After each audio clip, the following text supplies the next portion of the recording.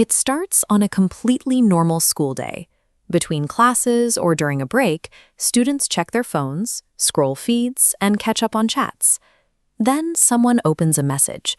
It might be a meme, a blurred screenshot, or a harsh comment specifically targeting a classmate. If we map out this unseen chain reaction, a single hurtful message begins as one glowing red dot, but instantly branches out. The active, connected group forms a tight circle, completely cutting off and isolating the targeted student in the center. For the people sharing the post, it is often treated as fleeting entertainment, a 5-second distraction before moving on. For the target, it triggers an immediate, heavy wave of embarrassment and pain. People often brush off these moments as normal online drama. The speed and scale of the coordination, however, create a serious digital safety threat. Digital platforms allow minor interpersonal conflicts to move at lightning speed, turning careless clicks into an immediate, inescapable psychological event for the victim. We define cyberbullying as the repeated use of digital tools to deliberately hurt, embarrass, threaten, or isolate another person. Looking at this chaotic digital environment, you can spot the most common vectors for this behavior. It often starts with posting mean comments or spreading rumors publicly across social media feeds. Instigators frequently escalate to more severe tactics. They create fake accounts to mock the target anonymously, share deeply embarrassing screenshots, or deliberately block them from group chats. The physical distance provided by screens removes the immediate visual feedback of seeing someone in pain. This perceived anonymity emboldens people to take cruel actions they typically avoid in a face-to-face conversation. Modern cyberbullying rarely stops at a single isolated comment.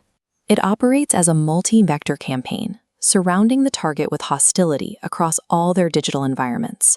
When confronted, instigators rely on one predictable defense mechanism. They claim they were just joking.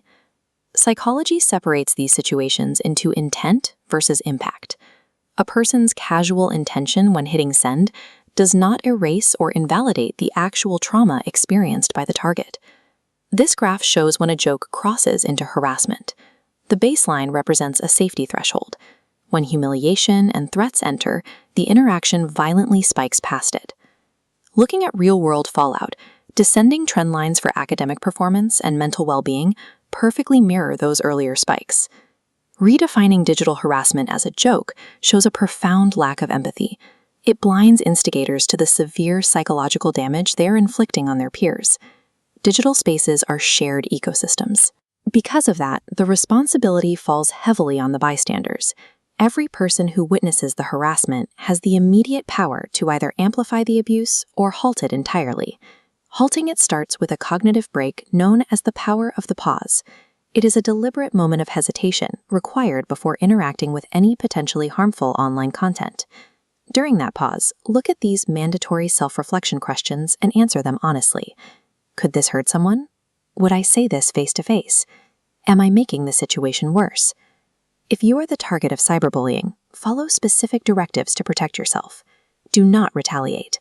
Preserve evidence by taking screenshots, and immediately alert a trusted adult.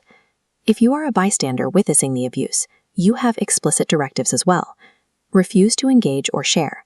Offer private support to the victim, and report the behavior safely.